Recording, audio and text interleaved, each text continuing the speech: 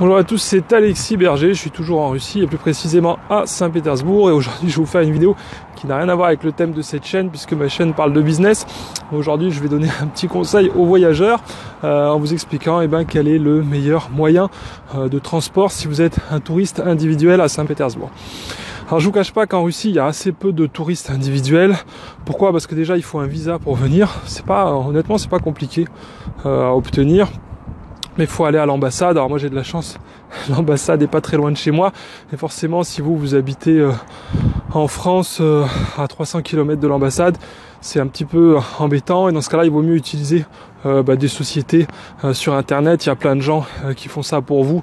Vous payez, vous leur envoyez votre passeport et c'est eux qui font les démarches. Mais voilà, du coup c'est déjà un premier frein. C'est vrai qu'un pays où il faut un visa, déjà il y a moins de touristes individuels.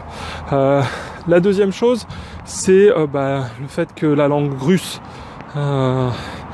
naturellement c'est un alphabet différent, c'est l'alphabet cyrillique, donc c'est vrai que dans la rue, quand vous verrez des choses écrites, même si des fois il y a certains mots qui sont très proches du français, comme restaurant, le problème c'est quand vous allez le voir écrit en cyrillique, vous n'allez pas réussir à lire qu'il y a marqué restaurant. Donc ça c'est un deuxième point. Et ensuite il y a toujours cet a priori, je sais pas pourquoi, un peu envers la Russie, que que ça serait dangereux ou que ça serait difficile. Honnêtement c'est pas vrai. Moi je me sens plus en sécurité ici à Saint-Pétersbourg qu'à Paris. Donc voilà, je pense que c'est tout à fait relatif. Maintenant, passons aux moyens de transport. Alors à Saint-Pétersbourg, vous avez un métro, un très très beau métro. C'est un métro en plus qui est très profond, donc c'est très impressionnant. Pourquoi il est enterré si profondément sous la terre ?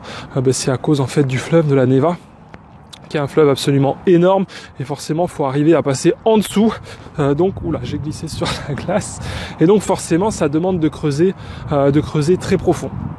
Le métro c'est très pratique et c'est très beau, donc ça franchement si vous venez ici, faites-le, il faut absolument le faire.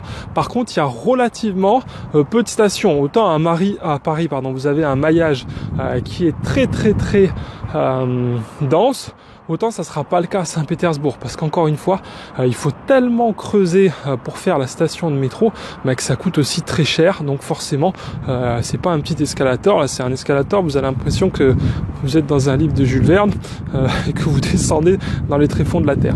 Donc voilà, le métro c'est bien quand vous avez des points de visite à proximité. Ensuite, vous avez les bus. Mais les bus, si vous parlez pas russe, ça va quand même être franchement compliqué. C'est pas vraiment quelque chose que je vous conseillerais, ou si vraiment vous savez quelle ligne prendre. Et surtout attention ici en Russie, parce que vous avez bus et trolleybus. Donc si vous avez le bus 7 et le trolleybus 7, vous n'allez pas du tout aller au même endroit. Les trolleybus en fait sont les bus électrifiés. Donc faites attention à ça, parce que j'ai déjà vu des touristes qui prenaient le mauvais. Et ensuite vous avez des tramways, mais c'est pas des tramways à l'européenne. Faire attention de ne pas tomber. C'est pas des tramways à l'européenne, c'est vraiment des tramways à l'ancienne, comme il y avait en Europe chez nous, avant les tramways on va dire modernes. C'est-à-dire que le tramway il se balade au milieu des voitures, et là c'est pareil, encore une fois il faut bien connaître le réseau pour l'utiliser. Après c'est pas du tout compliqué, sachez qu'en Russie il n'y a pas de billets à acheter à l'avance pour que tout ce qui est bus, trolleybus, tramway, à chaque fois que vous montez dedans en fait vous avez un chauffeur et habituellement c'est une femme, une contrôleuse. Et donc vous lui payez directement en espèces votre ticket. Alors, quel est le meilleur moyen de transport ? C'est quand même le but de cette vidéo pour moi. Ça glisse comme des malades ici, je suis sur la glace. Le meilleur moyen de transport pour moi, ça sera Uber, d'accord ? Uber et pourquoi pas les taxis, parce que le problème des taxis en Russie, c'est que vous allez payer le prix touriste, et ça veut dire 2 à 3 fois le prix qu'un russe paierait. Moi je vois souvent sur les forums les tarifs entre l'aéroport, par exemple l'aéroport de Saint-Pétersbourg et de centre-ville. Je vois les gens payent 2000-2500 roubles, alors que moi quand je suis venu ici j'en ai payé 800. Vous voyez, donc c'est quand même un bel écart. C'est quand même un bel écart de tarifs. Mais voilà, c'est le jeu. Il y a beaucoup de villes où c'est comme ça. On sait que les touristes, ils payent plus cher que les locaux. Du coup, avec Uber, vous n'aurez pas ce problème parce que l'application que vous soyez russe ou pas, elle s'en fout strictement. Et comme vous connaissez le prix de la course dès que vous commandez, vous n'aurez pas ce problème. Et là, ça vous a pas échappé, on est en hiver. Et c'est quand même pratique, voilà, d'avoir une voiture. D'avoir une voiture pour se déplacer en hiver, parce que je vous le répète, les stations de métro elles sont relativement éloignées des unes des autres.